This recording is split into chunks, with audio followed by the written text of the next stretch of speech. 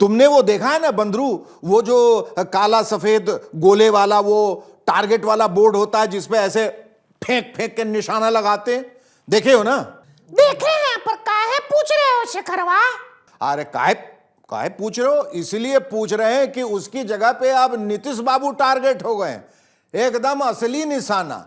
वो शिकार फिल्म के गाने का बोल है ना, शिकार करने को आए शिकार होके चले, वही नीतीश बाबू के साथ वही हो रहा है। हर कोई उन्हीं को निशाना बना रहा है, जो पहले फ्रेंड रहे और अब अनफ्रेंड हो गए। बीजेपी वाले वो भी, और जो पहले अनफ्रेंड थे और अब फ्रेंड हो गए। आरजेडी वाले वो भी, और प्रशांत किशोर भी, टारगेटवा पे टारगेटवा।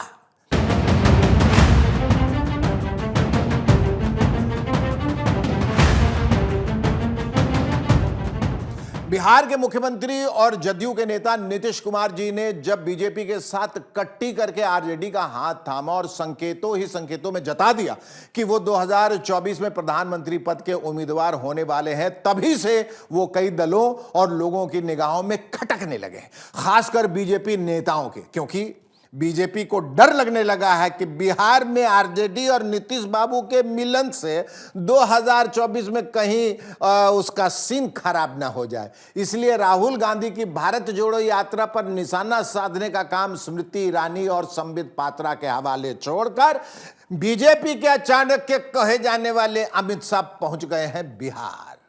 वहां सीमांचल के इलाके में रैली करते हुए शाह जी ने लालू यादव पे कम और अपने पुराने पार्टनर नीतीश बाबू पे अधिक हमला बोला।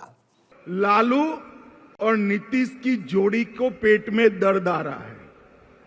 सुन लीजिए नीतीश बाबू, कान खोल कर सुन लीजिए। आपने आपकी राजनीति की शुरुआत से ही एक के बाद एक कई लोगों के साथ यही किया है। प्रधानमंत्री बनने की लालसा में वो फिर से बीजेपी को धोखा देकर लालू जी के पास चले गए हैं। मुझे बड़ा अफसोस है, प्रधानमंत्री बनने के लिए नीतीश बाबू ने जो एंटी कांग्रेस राजनीति से जन्म लिया, इसकी पीठ में छुरा भोंककर आज आरजेडी और कांग्रेस की गोदी में बैठने का काम किया है। यह सब सुनकर जदयू और आरजेडी के नेताओं को तो मिर्ची लगनी ही थी, सो लगी। और जदयू के अध्यक्ष लल्लन सिंह और बिहार के उप मुख्यमंत्री तेजस्वी यादव ने अमित शाह द्वारा छोड़े गए व्यंग बाणों का जवाब इस तरह से दिया। 2020 का जैसे ही विधानसभा का चुनाव आया, उनको लगा कि अरे ये तो सहयोगी दल है, इनको तो कतरना चाहिए। अब तो हमारी संख्या घटाने का उन्होंने प्रयास किया, तो हमने धोखा नहीं दिया, धोखा उन्होंने दिया। विश्वासघात उन्होंने किया, धोखाधड़ी उन्होंने किया, षड्यंत्र हमारे खिलाफ उन्होंने किया, हमारे पीठ में छुरा भोंकने का काम उन्होंने किया, हमने नहीं किया। हम तो पहले कह रहे थे ना, आएंगे तो झूठों का माहौल गड़बड़ करने के लिए आएंगे और कहेंगे कि जंगल राज है। अरे पहले अमित शाह जी, आप जहां बैठते हो, आप जहां सोते हो, वो प्रदेश जो है, यूटी जो है, देश की राजधानी जो है, वो सुरक्षित नहीं है। और आप यहां बिहार आकर के लोगों को बेवकूफ बनाना चाहते हैं। यानी यह साफ है कि आज की तारीख में बीजेपी नीतीश बाबू को अपना दुश्मन नंबर 1 मान चुकी है। शाह जी के आक्रामक अंदाज से अंदाजा लगाया जा सकता है कि बीजेपी नीतीश बाबू को कितना सीरियसली ले रही है। लेकिन अकेले बीजेपी ही नीतीश बाबू का पॉलिटिकल साइज कम करने में नहीं लगी है, ना जी ना। आरजेडी का भी एक खेमा भी सुशासन बाबू को कहने लगा है कि अब जल्दी से जल्दी बिहार का राजपाट तेजस्वी यादव के हवाले करें और कहीं आश्रम खोल लें।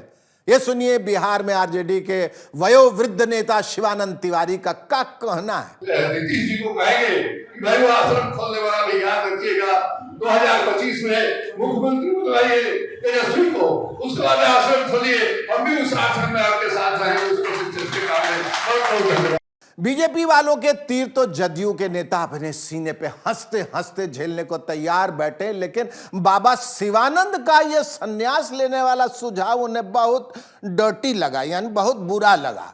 बहुत ही बुरा। इसलिए जदयू के पार्लियामेंट्री बोर्ड के अध्यक्ष उपेंद्र कुशवाहा सहित दूसरे नेता बाबा शिवानंद पर पिल पड़े और उनका ठीक ठाक सत्कार किया और कहा कि नीतीश जी कहीं नहीं जाने वाले हैं, सत्ता में बने रहने वाले हैं जी। उनकी सलाह का कोई बहुत मतलब नहीं है और हम तो समझते हैं व्यक्तिगत रूप से कि उम्र का असर है उनके ऊपर, इसलिए ऐसी बात बोल रहे हैं। बाकी और कोई राजनीतिक कारण नहीं है कि नीतीश जी आश्रम उश्रम नहीं खोलने वाले। इसके बाद बाबा जी ने सफाई देते हुए कह दिया कि ऐसा हमने थोड़ी ये कहा, ये तो नीतीश बाबू ने खुद ही कहा है। हमने कहाँ कहा, ये तो नीतीश जी ने खुद कहा कि मेरी इच्छा अब नहीं है कुछ बनने की। कहते बाबा जी भी ठीक ही रहे।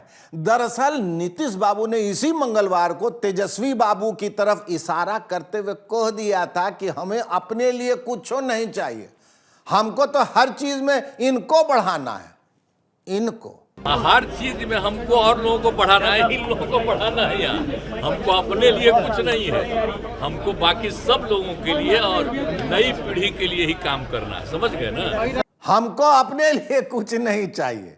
वाह सुशासन बाबू, वाह वाह वाह। हर कुछ साल में इधर से उधर पलटी मारने का आसन करते रहते हैं और सिंहासन पे बने रहते हैं और ऊपर से कहते हैं कि हमको कुछ नहीं चाहिए। हमको तो लगता है कि ना आपको बीजेपी वाले समझ पाए ना ही आरजेडी वाले। बीजेपी तो 1998 से लेकर 2014 तक 16 बरस की दोस्ती के बावजूद ही नहीं बूझ पाई कि सुशासन बाबू की अगली चाल क्या होगी, और ना अब जब उसे दूसरी बार झटका दिया। और यही बात आरजेडी के साथ भी है। लालू यादव जैसा दिग्गज भी बार बार ये दोहराते हुए कि शिकारी आएगा, दाना डालेगा, जाल बिछाएगा, उस जाल में फंसना नहीं है, फंसना नहीं है, लेकिन फिर उसी जाल में फंस जाता है। यही तो नीतीश बाबू का कमाल है। आप लोग सोचिए ना, प्रशांत किशोर जैसा रणनीतिकार भी जो नीतीश बाबू को रोज रोज फेविकॉल फेविकॉल बोल रहा था, उसी प्रशांत किशोर को पवन वर्मा के माध्यम से अपने आवास पे बुलाकर और उनसे मुलाकात करके उसकी सारी रणनीति और क्रेडिबिलिटी की ऐसी की तैसी कर दी ना नीतीश बाबू ने। कर दी कि नहीं कर दी बंदरू? बिल्कुल कर दी। हाँ, इसीलिए तो हम कहता हूं डोंट अंडरस्टिमेट नीतीश बाबू। और जहां तक आश्रम खोलने की बात है, तब बता दूं कि नीतीश बाबू ने आश्रम खोला तो वो ब्रह्मास्त्र फिल्म के उस गुरुकुल की तरह होगा जहां अमिताभ बच्चन सर्वे सर्वा हैं। यानी नीतीश जी के आश्रम में भी उनकी ही चलेगी, किसी बाबा शिवानंद की नहीं। पूछे कि नहीं बाबू, हंसो, दांत निपोड़ो, हंसने की बात है बाबू, हंसो हंसो हंसो। क्या मजबूरी है मेरी, बताइए। मैं अभी आपको बताती हूँ कि मैंने ओए होए होए होए नमकीन के चटकारे लेते हुए टकटकी मार के डिबेट शो को पॉज रिपीट कर करके देख रहे हैं जोगिंदर जी। इनकी तरह आप भी देखें अपनी फेवरेट डिबेट्स को रिपीट कर और डाउनलोड कीजिए एबीपी लाइव ऐप अपने स्मार्ट टीवी पर।